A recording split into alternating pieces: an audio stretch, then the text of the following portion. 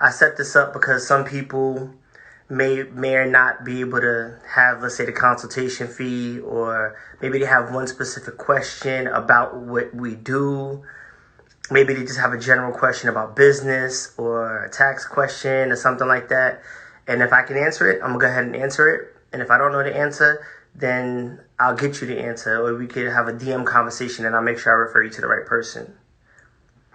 So we have 7 people on right now. I can't necessarily see everybody who specifically joined. So what's going on to everybody? If you want, send a wave so I can shout you out. And I want to let you guys know that today's live is brought to you by Howard's Blend. That's vegan protein. It's really, really good. They don't have a specific flavor, so it's not like a vanilla or a chocolate. It's just a powder. So it's really easy to blend, and you can add your own ingredients to make it taste the way you want to taste. So that's Howard's Blend. And we'll do a giveaway at the end. So that's my guy. Shout out to Howard's Blend. So for starters, I had a few questions people sent me in DMs, or people ask me all the time. So I'll start with those questions. And if anybody here has a specific question, you can go ahead and put it in the comments, and then I'll answer it, and we can go back and forth.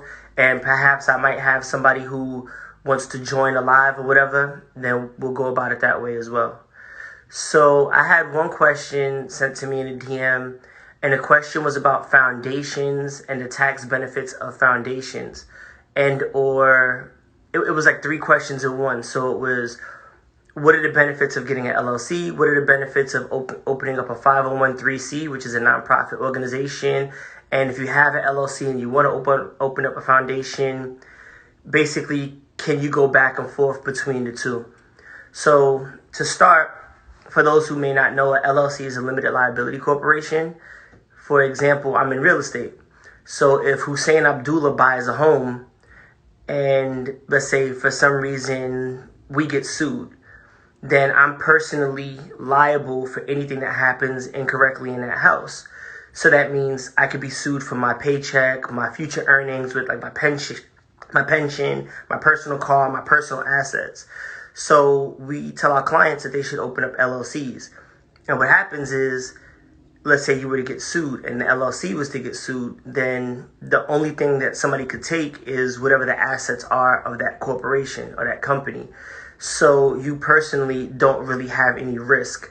There are a couple of things that can void that agreement, and we can get into that later, but this is just a brief overview of what an LLC is. And a nonprofit organization is pretty much what it sounds like. It's an organization that's set up not for profit. Now, that doesn't mean you can't get paid if you are on the board or if you're an employee, but the sole purpose of this organization and the reason why you get tax benefits is because the purpose of it is to fundraise and donate money and help causes that are aligned to the corporation's mission. So, to answer the third part of that question, let's say I have an LLC, which I do. Let's say I have HAHOMES, and I have some supplemental income, which sometimes we do, and I want to open up another foundation. For example, let's say the KEMP Foundation. HAHOMES is more than welcome to donate money to the KEMP Foundation. The KEMP Foundation, in turn, takes that money and it does what it's supposed to do. It works on its mission. So you are allowed to give money from an LLC to a foundation. People do it all the time. You can be on both the board of your 501(c), which is your nonprofit, and you can be like the president or the founder of your LLC. But what you have to do is you have to make sure you're very careful that you don't commingle funds. For example, HAHOMES wouldn't donate money, let's say, to the KEMP Foundation, and then the KEMP Foundation turns right back around and cuts HAHOMES a check. That looks kind of funny. It looks like you're trying to avoid paying taxes. But you can definitely donate money. Does anybody that's on the live have any questions? Or need any clarifications about what I just said? All right, so I'm going to go to my next question. I have a list of them. So question number 2, somebody asked me, how do I know if I should work with a partner or not? Or should I work with a partner? Like, what's the benefits? So there's pros and cons to having a partner. One of the benefits to having a partner or having partnerships is that you have shared risk. And you can also pool funds. So that means you could do more with less of your own resources. Now, the downside to a partnership is, for example, let's say your business wants to take a loan. If somebody has a majority stake in the business, and let's say they have bad credit, or they're going through a divorce, or they have a criminal background, that could stop you from getting a loan even though your business is profitable.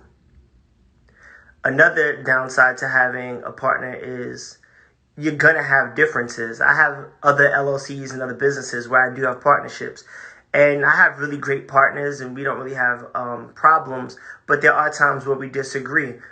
Within your own business, in your operating agreement, which is the document that governs your business, it's a legal document that tells everybody how the business should run. So maybe, for example, one of your partners is a hands-on person or a tech person. Well, then maybe you let them make all the tech decisions. Maybe you're more of a finance person, but then maybe you handle all the finances, and so on and so forth. So whatever your partner is, whether it's your husband, wife, a friend, college, roommate, whatever it is, you have to make sure that they're not becoming your partner just because of your personal relationship. You want to make sure you only go into business with people who are willing and able to do the jobs that you're setting them up for. This is business first. So I see some more people are joining. I can't see exactly who's joining, so just, shout out to everybody who's joining in. And if you have any questions, feel free to comment, and I'll answer the questions accordingly.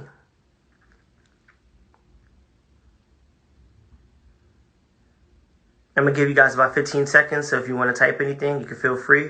And if not, I have about 6 more questions that people sent me in DMs and some frequently asked questions. All right, I'll go to number 3.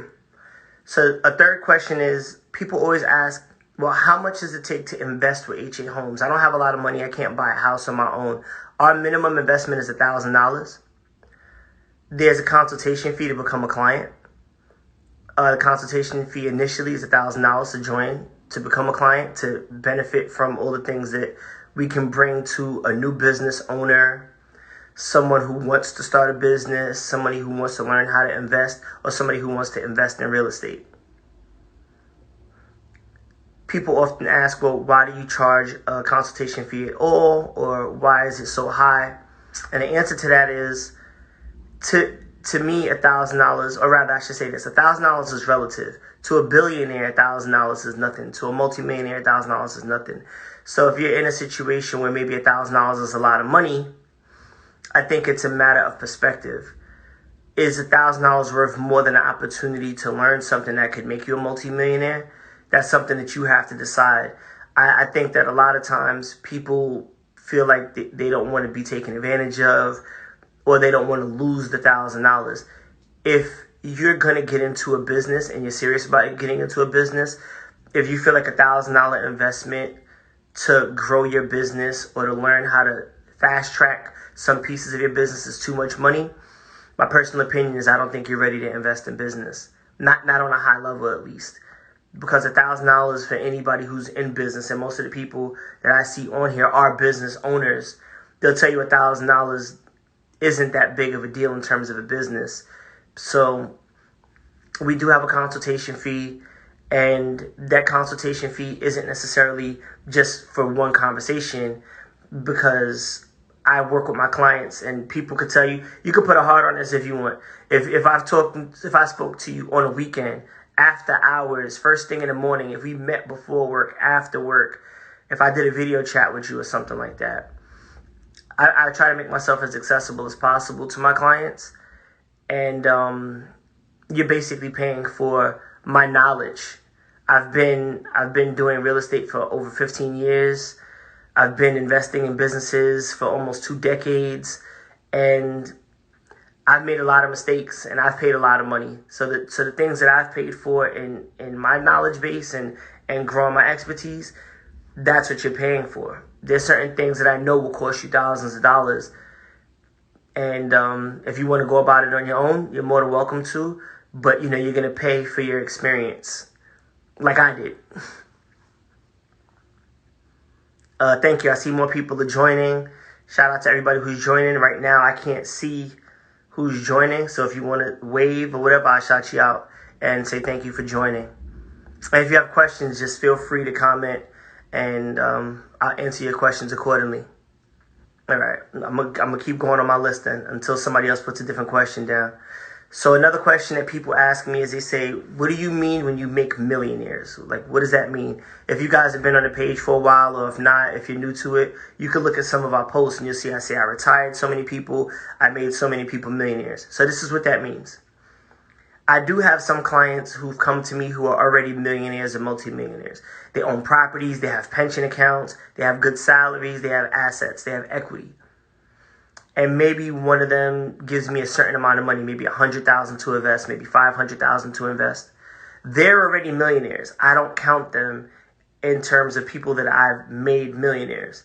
What I mean by I've made millionaires is if somebody gave me a certain amount of money and I took that money and I grew that money to over $1 million in assets and income, well then they've made $1 million with me or more. So to date, I think we're at 12. So there are 12 people who have invested money with me, and to date, that money has grown into more than $1 million. And most of those are within the last 3 or 4 years. So if I can do that for other people, then I can do that with you. Anybody else has a question? I'm just going to, every time I stop, I'm going to give you guys a chance to process it. Or if you have any follow-up questions, you can feel free.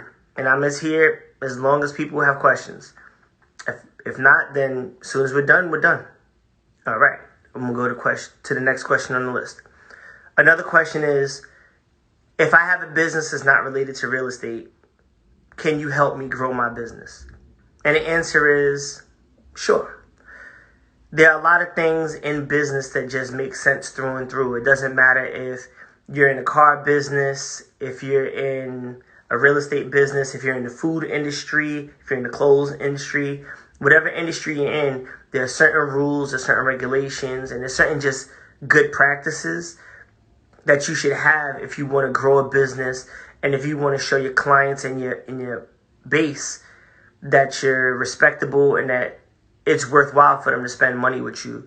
There's so many different stories or sometimes we get negative messages or whatever it is because you can't make everybody happy. And some people internalize those things, or maybe some people want to write back a negative response. I kind of fight fire with fire. And from our experience, sometimes people just need to vent. Sometimes people aren't worth the response. Other times people are correct. And if they're correct, then you need to listen to your audience because you're not going to get everything 100% right.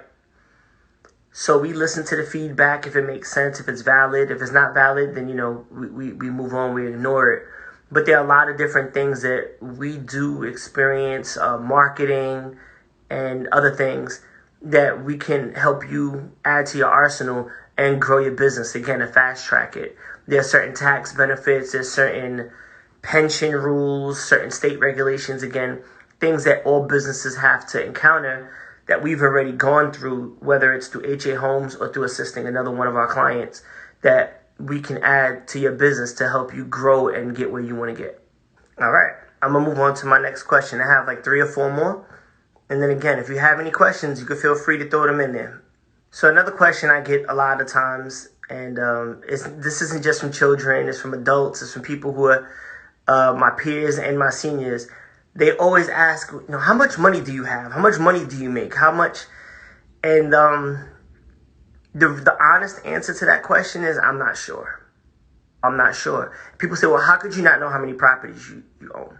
And I'll give you the answer to that, and I'll explain what I mean. So some of them are in contract to be sold.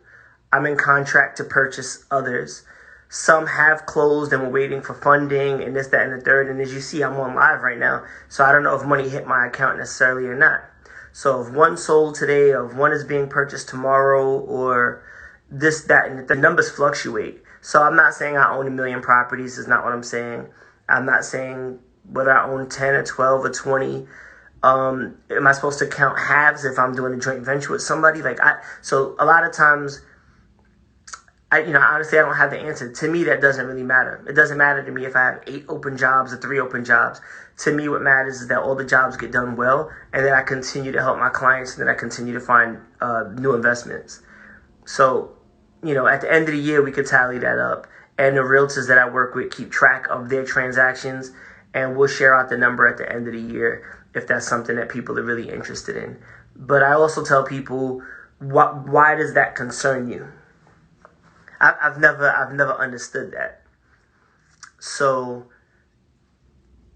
the question I believe people should be asking is, how much money can I make you? How do I give you returns? How fast can I grow your portfolio? How fast can I help you retire?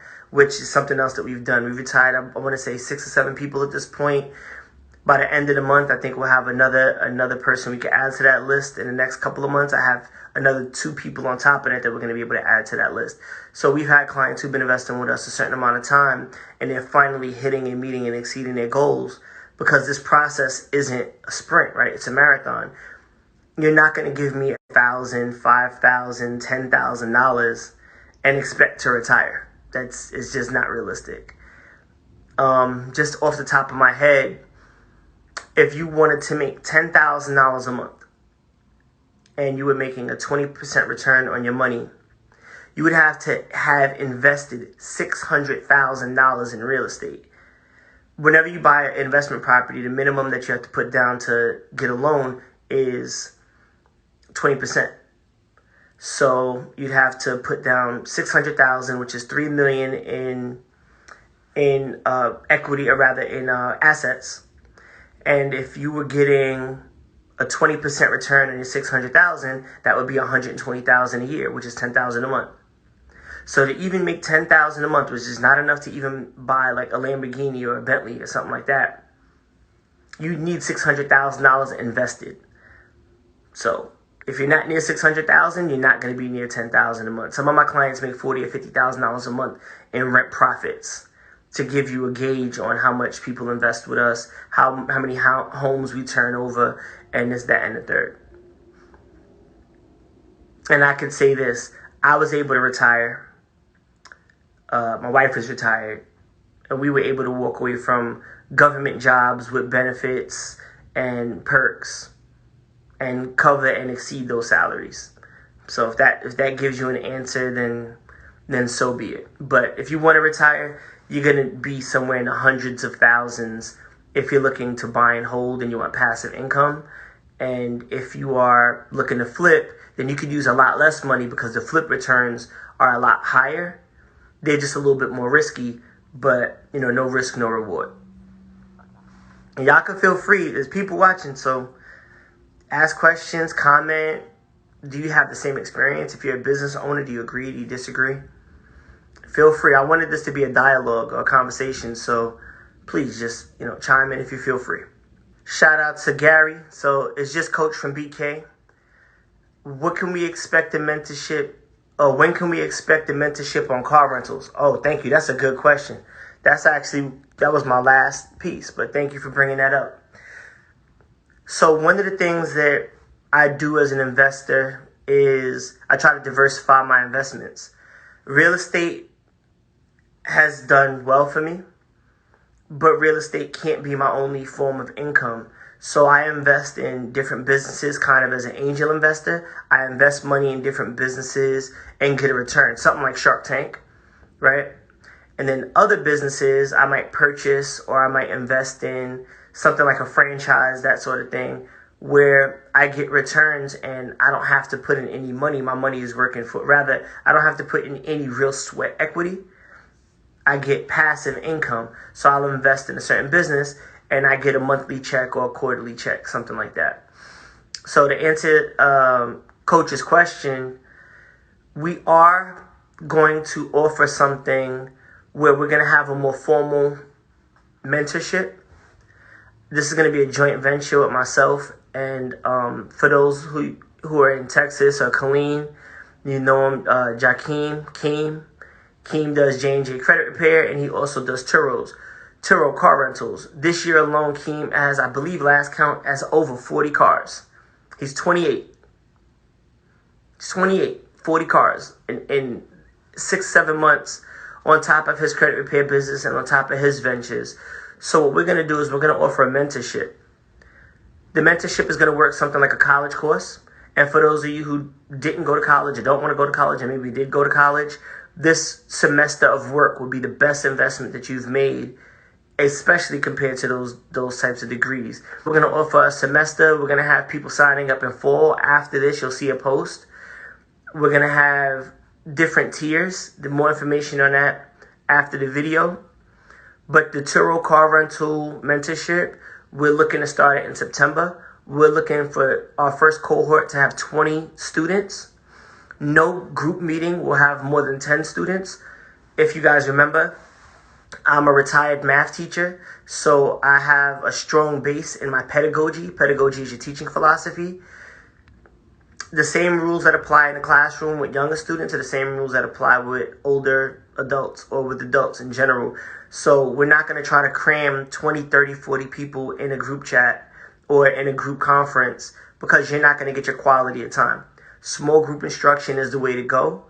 And we're going to tailor instruction. There will also be breakout sessions. So if you want to learn how to invest in Turo and make your money grow on Turo, there's a specific breakout group for those conversations. You want to learn credit repair, there's specific breakout groups for that. If you want to learn real estate investing, there's specific breakout groups for the real estate investing. And then we also have group sessions for just general conversations. And we also have one-on-one conversations for our elite members. All right, I have another question. Shout out to Be Like Mike. Be Like Mike is one of my clients. He's somebody that I mentor, and he has a really, really great question. Do you recommend mastering one avenue at a time for a beginner? Absolutely.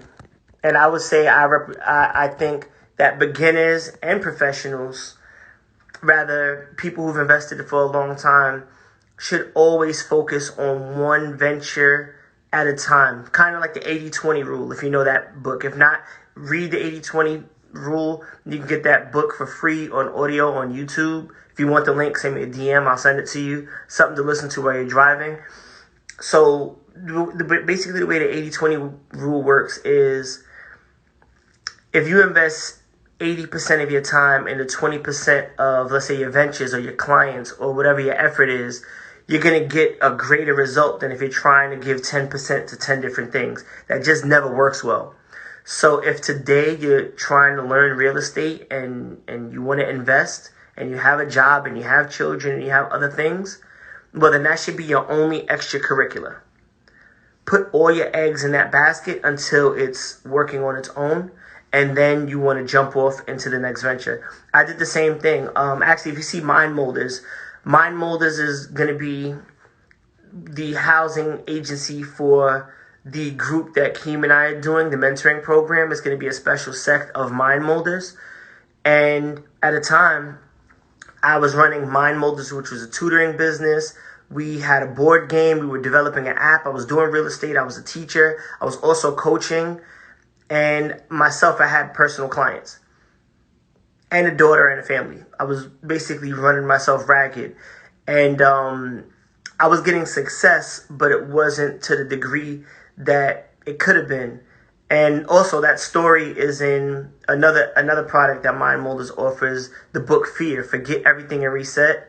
You can follow the page, you can go on the website, you can Google it, Forget Everything and Reset. And if you'd like to get that book, I would say purchase it from us on our website. We sell it cheaper than anywhere else you can go. Amazon, Barnes & Nobles, they sell it for a higher price. And we also get a smaller percentage. Because that's how it works. Because you're not sitting on any stock when it's on Amazon or one of those other vendors. So if you want the book, come see us. And we have a lot of information, stories, and things that can be really beneficial to anybody who wants to start a business. Or just in general. They just, not because I wrote it, just really good, inspiring, truthful stories that are experiences from my personal lifestyle. Shout out to Sensei, my man B. Are you currently involved in the Austin real estate market in terms of investing? The answer to that is going to be one of those kind of yes, no. Austin is the hottest market in America. And if I'm misspeaking, show me another market that's hotter than Austin, Texas. We posted an article, I want to say maybe in June, where over 1,500 homes in Austin received more than $100,000 above the asking price. There's no other market that I could think of, not even New York City, not Manhattan, where people are flooding the area and paying anything just to move in. That was a good question, Sensei. But yeah, basically every day we get opportunities from different places. This is one of the things that we've developed over time. We've developed relationships and partnerships because we do business the right way. So, I might end this live and might have 2 or 3 more calls or 2 or 3 more opportunities to purchase a house or somebody who wants to buy a house. So, again, that's why I say, I don't know how many properties I have. I don't know how much money I have. And again, it shouldn't matter. So that being said, thank you for the questions. Let me see. I think I have one more question coming in. Okay. Hey, Shadell, thank you for joining. I appreciate it.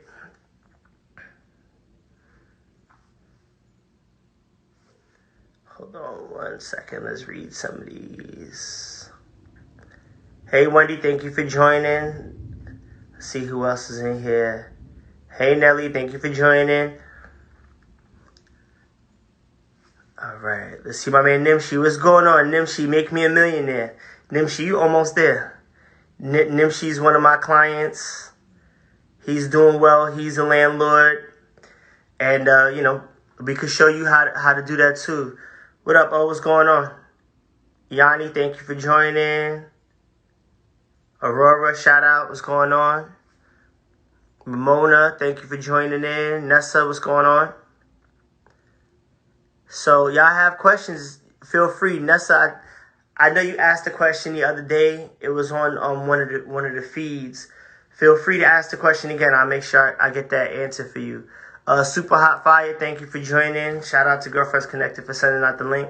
If you have any questions, feel free to ask. Question, how much money do I need to retire? It's a good question, but there's not a blanket answer to that. So to start, I would ask you a question like this. How much money do you make right now? Let's say your salary is $3,000 a month, or you take home $3,000 a month. You got to ask yourself, what type of benefits do I have? What are the perks? What are things that, I'm going to be walking away from outside of that $3,000 income? When I was ready to retire, my rule of thumb was I wanted to double my salary because of those things, because I wanted to make sure I had money in the bank for rainy days, because I know business has an ebb and flow. I also wanted to make sure I had money for insurance. I wanted to make sure that I had money stacked up because I had to invest in my pension privately. So for me, my rule of thumb was to double my income. Now, if you maybe feel like taking a little bit more of a risk, then you could do that as well. But in terms of retirement, you want to at least double your income. And my rule of thumb would be you should have at least 6 months of all of your bills in the bank in an emergency account, over and above whatever money you need to invest in your business. So for me, I invest in real estate. So in my personal bank account at the time, the goal was to have 6 months of all of my bills, and I needed to be netting double my salary. So for my rental properties, I needed to take home double for my passive income because I knew I had a steady stream of money, and I had to have a nest egg in case money didn't come in of 6 months out. And then in HAHOMES and my other businesses, I had to make sure I had enough money to continue to invest, to continue to grow, because I wanted my lifestyle to expand, and my lifestyle has expanded. Since retirement, again, I was able to retire my wife.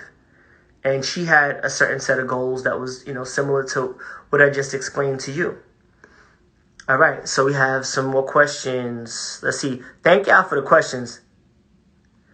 All right. Millionaire Mom Bosspreneur. Shout out to Brandy. What's going on? Check out her podcast too. What's your take on multifamily versus single family in terms of investing? Do you recommend one over the other? That's a really good question. I think it's all a matter of temperament. So what I mean by that is, let's just say, let's take Killeen, for example. A 3-bedroom in Killeen right now, with the market being hot, is about $85,000. You make $1,000 to $1,100 a month income in rent. So you're going to make about 15% on your investment. Now let's take a fourplex, which you can't find in Killeen anymore. Or let's go with a duplex, which you can't find anymore in Killeen, but so on and so forth. We just sold one the other day. I have 2 or 3 in contract. So let's say we have a duplex that's 120K. Now, the benefits to owning a multifamily is you have multiple streams of revenue coming in. So the odds that you're going to have to pay bills or be in the red is less likely based on the income that you can have. Now, the downside to a multifamily is if something breaks, it could affect the whole building. We've had situations where we have fourplexes in Killeen or in Philadelphia and so on and so forth. And one tenant, let's say, was flushing like sanitary napkins or baby wipes, and they affected the plumbing for the whole building, and now that's a $4,000 or $5,000 job. We had one family that had mold in their property, and they didn't tell anybody because they thought they were going to get in trouble because of, I guess, their citizenship status. And that mold ended up spreading to the whole building, and it was a $30,000 repair. So what I would say is if you're just starting out and you really want to get in the game and you really want to get your first piece, maybe go with a smaller property, which is usually going to be a single family. But they could cost too. You could have the same plumbing issue. But usually the rule of thumb, just to answer your question, is there's something called economy of scale. And what that means is, let's say you have 4 houses. Well, then you have 4 property taxes, 4 lawn bills, 4 roofs that could potentially break, 4 different plumbing situations that could potentially break. Whereas in a quadplex or a fourplex, you only have 1 roof to repair. You only have 1 lawn to cut. You only have 1 light bill to take care of, which are your street lights. So based on the economy of scale, investing in a multifamily should bring you more money, but it really just depends on the investment. And that's one of the things we teach. We could teach you how to invest in a property and make sure you're profitable no matter what it is, whether it's single family or multifamily. I personally own a variety of all. So Brandy, I hope I answered your question. All right. Shadell from Girlfriends Connected has another question. Danielle, thanks for joining. Shout out to my man Howard's Blend. I'm going to give Howard another shout out. Howard sponsored this live. So we're going to have a post at the end and we're going to give you some instructions. Howard's giving away his vegan protein powder. It's really great. It mixes well. And shout out to my man Howard, who's also a client. And check out his podcast, the Howard's Blend podcast. He has a lot of information on there. All right, so Shadell, do you think it's wise to use, maximize, refinance whatever equity you have in your home to invest in rental property? That's very risky. If you guys are watching real estate right now, you know it's a seller's market. You can't keep a house. I mean, we're selling houses like hotcakes. It's the best time. And in converse, the hard part is finding homes because as wholesalers, we're getting them at a discount, and people don't want to sell them to us for a discount because they know they can sell it on the MLS and make a lot of money. So there's that balance. But one of my mentors, a good friend of mine, told me you never put your house in the mix. Never. But, you know, again, it depends on your risk. Me personally, I don't really value owning a personal home. I always say that that's a bad investment. But to answer your question, Shadell, I think it's a matter, and we could talk about this more in detail, but thank you for asking. I would say it depends on the equity and it depends on where you are. So with COVID, we learned about essential work and non-essential work. So let's say you're an essential worker and you have $300,000 equity in your home. And for those of you who are learning, equity is how much value you own in your home. So if you have a $500,000 home and let's say you have a mortgage, but the mortgage is only $250,000. Well, then you have $250,000 of your own money that you can use and do what you want. And most banks will give you anywhere from 70 to 90% of that $250 if that's what you have. So for Hussein, I would say if that was your situation, I wouldn't go more than a certain percentage of that value. So if you have $100K in equity in your house, I wouldn't go more than 50%.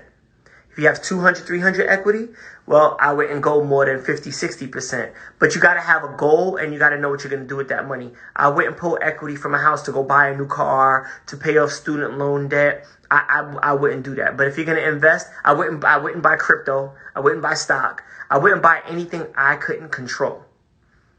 Because you're risking your personal homestead. So it becomes very risky. But again, the bigger the risk, the bigger the reward. But that's a really good question, Shadell. Thank you for asking. Thank you, Danielle. Danielle's some if you don't mind, I don't I share that out. Back when I was teaching, Danielle's a teacher. Oh, Danielle, sign up. Mary Kemp Foundation.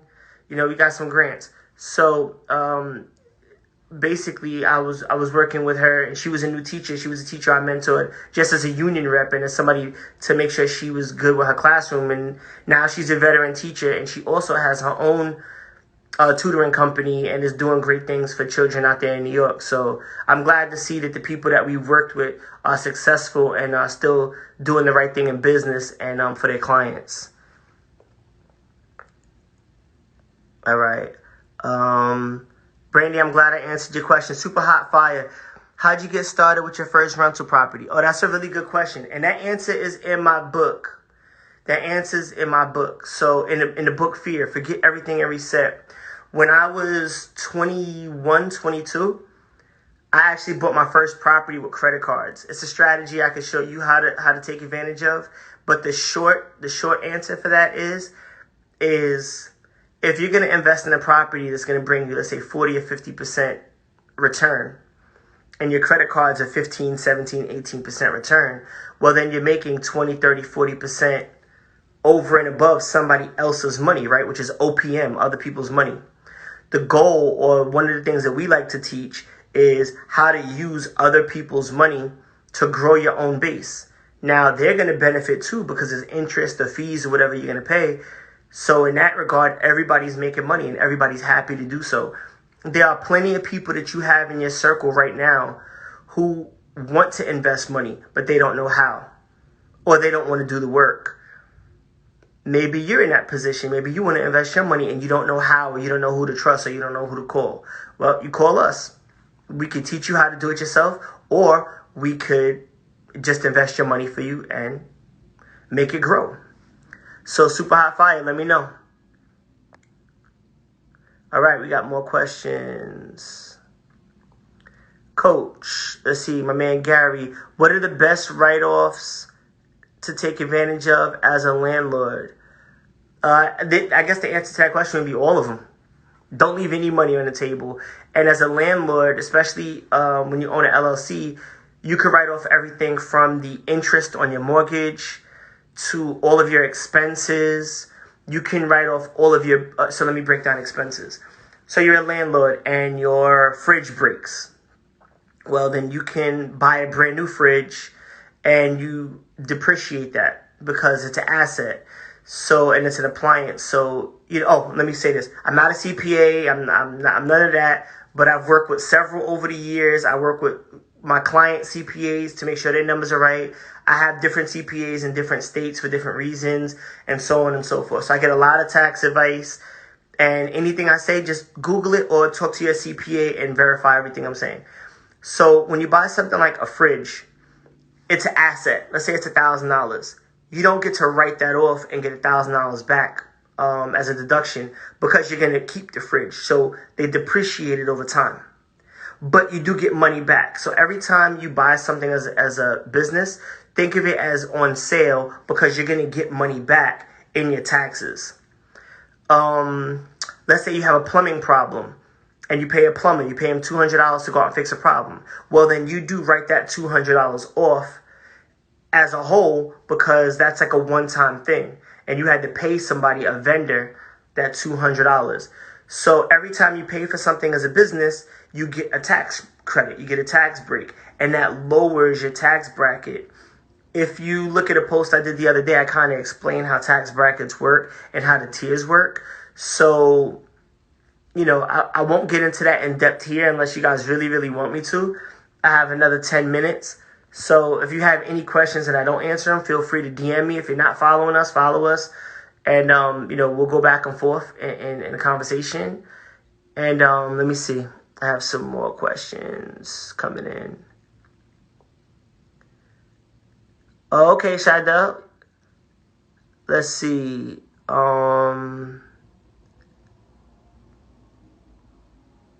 Let's see. All right. So Danielle had another question. Oh, of course, and you're welcome very much. I appreciate you. Do you think it's best to invest in a co-op or a private home? So for those of you who don't know what a co-op is, that's really like a New York thing. That's an East Coast thing. A co-op is basically like a townhome. It's where you have HOA fees, homeowners association fees, and it's not considered real property. It's considered like stock because you have a shared interest with everybody else who lives in the cooperative or lives in the same community. So an HOA fee is something like if you live in a townhome or if you live in a building, the maintenance, the grass, if the roofs go. I was a board member on a co-op and a condo, rather on a condo board when I first started investing in Brooklyn. And the property had, I think, the condo association had, I think, 48 buildings. So this is how a HOA works. Let's say I own a property in building 1, but the roof in building 2 is really bad. I pay HOAs, I chip in so that their roof could get fixed. In return, that if something happens on the exterior of my property, the hallways, exterior of the building, that everybody else's HOAs will pay for that. So you don't really have any unforeseen expenses.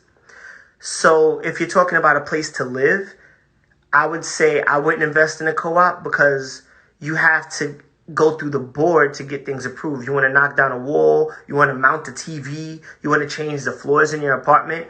You have to get board approval to do those things. In terms of investment property, I've done it. I didn't like it because, again, you got to go through board approval. So let's say you have a tenant that you really like. If the board doesn't approve the tenant, then they won't let you rent. And they also could charge you fees to have a tenant. And there's just too many rules and regulations. So I really don't like co-ops. I personally like private homes. A condominium could be a private home. They do have HOAs too. They're usually less because the owner has more responsibilities. Like in a condo, if your hot water heater breaks, I mean, that's your problem. But in a co-op, you usually have a shared thing, like a bigger heater or something like that. So, I would say it's better to have private because you have the freedom to do what you want and you can buy and sell it as you want. If you own a co-op, you can't even sell the property if you don't want to because the co-op board has to approve the new buyer. So there's a lot of restrictions on a co-op. But that's actually a really good question. Thank you for asking, Danielle. Let's see, Shadell. Yeah, it's always a good opportunity to network. And I would love to speak with your son about anything like that. Oh, yeah, Howard. Yeah, of course, man. I appreciate you. Howard shares way more variety of information than I share. His podcast is really informative. Check him out. All right, y'all, we have 10 more minutes. So if I didn't answer your question, let me know because I'm trying to scroll and make sure I catch everybody's questions. If you have any questions, feel free to ask. While we're doing this, you're welcome, Danielle, no problem. While we're doing this, I want to mention a few things. So, again, if you want, you can check out the Mary Kemp Foundation. The Mary Kemp Foundation is a foundation I started in honor of my mom, Mary Kemp. She's still with us, thankfully. And she was a former educator. I was a former educator. So we make sure that we are trying to level the playing field. We give money to different foundations and different groups, different projects to make sure that we're doing the right thing for children, sports, all of that kind of stuff. If you want to donate, all you have to do is Google Mary Kemp Foundation. The website is marykempfoundation.org. $5, $10, it all adds up, and your money goes directly to the children. At this point, we don't have a lot of overhead like some bigger foundations, which I'm not bashing. I'm just explaining how this works. Sometimes, like if you see ads on TV, you could donate your $100 and the business has to pay for their expenses first before the money actually ever gets out to the purpose of the foundation. So whether it's homelessness or animals or whatever it is, the money goes to the running of the operation first. We've reduced the overhead. There's no overhead for the Mary Kemp Foundation. So the money comes in, it goes right out to the children. Let's see, somebody else. Yeah, for sure. Watch is Just Coach from BK. Watch his story. He invested $100,000 with us. We're in and out of buying and flipping properties with him. Watch how we turn that 100,000 into a lot more in a short amount of time. Check out his story, my man Gary. Super Hot Fire. Is it better to do wholesale or buy and hold the property and rent it out? It depends on the property. First off, if you're wholesaling, all right, I'm gonna answer this. This might be the last question I get to in the 7 minutes that I have. So, wholesaling. From what I see on the internet, a lot of people gravitate towards wholesale because the pitch with wholesale is you could do real estate without any license and without any money in. And that's 100%. Actually, I'm not even, yeah, you could do it 100%. So how does that work? You have to find leads. Now, realtors and other wholesalers who are working on a high level like myself pay people to get those leads. And we have all sorts of resources. So now you have to compete with us. And the only way for you to do that is try to do a Google search, try to find something off the market. So yeah, you're not going to put in any money, but you're going to put in a lot of time. And even us, if my team calls maybe 5,000 people, we might get 20 or 30 leads out of that 5,000 people. So it's a lot of work. And then even out of those leads, we might only close 2 or 3 of those deals. So it costs a lot of money to generate those leads and to pay the people to do the work. But we make obviously more money than it costs to run a business, or else we wouldn't do it.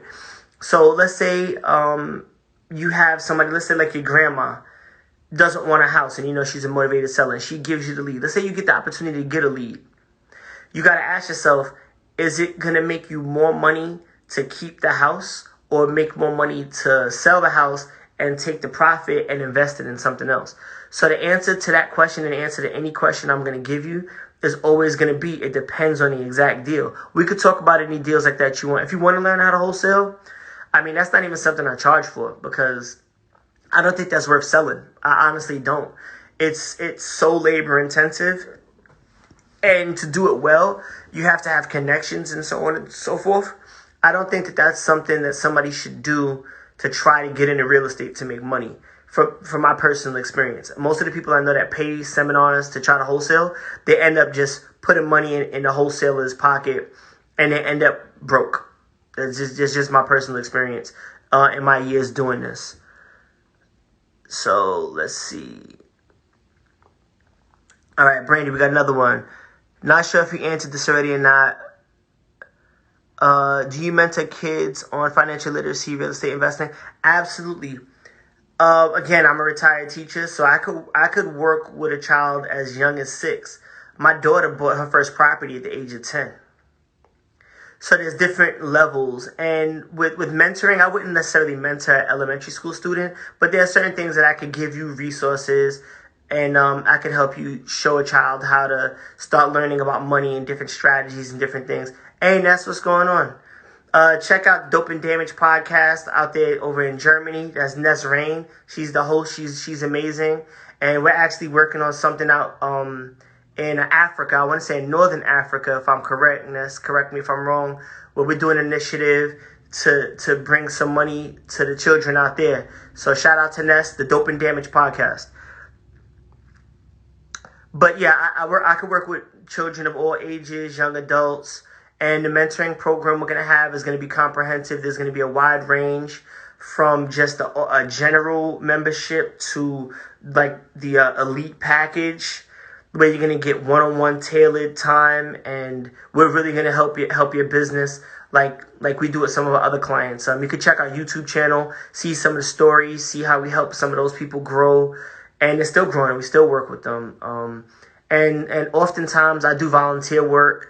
Especially with kids, children rather, you know, I'm definitely trying to help children. We have to make sure our children are empowered. Schools are not going to do it. Your daughter's 12. Yeah, 12 years old. We could definitely show her how to invest, save, budget. And by the time she's 18, the sky's the limit. 12 is a really, really good age because what do you need to learn how to invest? You need to know the basics, right? Addition, subtraction, multiplication, division. You have to understand fractions to a degree and understand percentages and decimals to a degree. So if you can understand those things, then we could talk numbers, and I could set up scenarios and all different types of things. And you'd be surprised. She might end up with a listing on Zillow and closing a deal. And I pay for referrals. Some of my teenagers and some of my young mentees send me listings. We end up closing the deal, and they end up with thousands of dollars in the pocket because they've done work. So it's 58. I think. I started at 5:05, so I think I have 7 more minutes left, or 5:03, something like that. So if the live ends, then we'll call it a day. But I'm gonna keep talking until they kick me out. I'm gonna say thank you to everybody for chiming in case that does happen, in case we get logged off. But yeah. So Fear is available now. Forget Everything and Reset. Check out the website. Support the book. Proceeds from the book go to the Mary Kemp Foundation. So if you buy our book, you're gonna be helping children that maybe don't have the resources, or their families don't have the resources. You're welcome, Brandy and Shadell. Yeah, your 7-year-old grandson. We could talk. We could definitely do something. We got Mary Kemp, Howard's Blend. Check out his page. Check out all the podcasts I shout out. Check out Brandy's podcast. We got a lot of a crew of people that are just doing amazing things. Nature Cabinet, thank you for joining. And our goal is to empower as many people as we can and teach business the right way. Check out Howard's Blend protein powder. We're going to do a giveaway. We're going to have a post. And all you got to do is just tag Howard's Blend in the post. I'll post it after this. And for the people who are watching, there's going to be another post. All you have to do is, I'm going to show you what you'll win. We got some hoodies. I like to give away stuff. So you got the mint, got the cherry, and you got the heather or the sports gray. So we'll ask a question that I'll post right after this live. And you answer the question, you put your answer down, and then I'm going to take answers until 12 o'clock. And you had to be on this live. So basically anybody else, they can put an answer. If I don't see that they want to live, they don't have a chance to win that. Hey, what's going on, Keisha? Coaching Your Greatness. Another one of my clients I work with, she's doing her own thing. She has her own clients. Keish, how many doors do you have now? She came to us making moves. She's an entrepreneur in her own right. And I don't call everybody entrepreneurs. Just because you have a business doesn't make you an entrepreneur. It makes you a business owner. Keisha is really an entrepreneur. She's into all types of different things. So, yeah, you got those Lazy Money hoodies. We'll post about that. Look, Keisha got 8 doors now. When we started our first deal, she ended up buying a 4-plex for me. And then we ended up working together within a year. Look, she has 8 doors now and growing. Doing flips and all type of stuff, different states. So that could be you. If that's what you're interested in. We could work with you from $1,000 to $1 million and grow your money all the same. So I think I'm going to sign off at 6:01. I could take maybe another quick question if y'all have one. If not, I really appreciate y'all. Tell a friend to tell a friend. Mary Kemp Foundation, donate. Even like I said, $1, $5. It helps. We're giving away money to teachers right now, money to children, parents. We're giving away money. We're trying to give away money. And I'm going to get on my pedestal real quick. The issue that we had with the Mary Kemp Foundation, which is a shame, is that we earmark money to donate to a certain cause, and we don't even have enough people signing up to take all the money. That's a travesty. So please, if you know anybody who could use school supply money, Mary Kemp Foundation, we're giving the money away. You know a teacher that needs money, that is buying school supplies? Let us sign up. Like, let's do it. Let's do it. We want to help teachers, help parents, help families, and help everybody get to where they need to be. So with that, I'm gonna sign off. I appreciate all y'all, and holla at me. We'll get some done. Let's make some money and let's continue to make changes. All right, y'all. Connect with each other. And if there's somebody on here you want to connect with and you don't get the chance to catch their name, send me a DM and I'll send you their contact information. I'll connect everybody. All right, y'all. Everybody have a good night. Peace. Thank y'all all for tuning in. I appreciate you. Yeah, Super High Fire, follow me. I'll follow you back right now. And we'll talk. We'll get some money. All right, y'all. Y'all are all welcome. Thank you very much.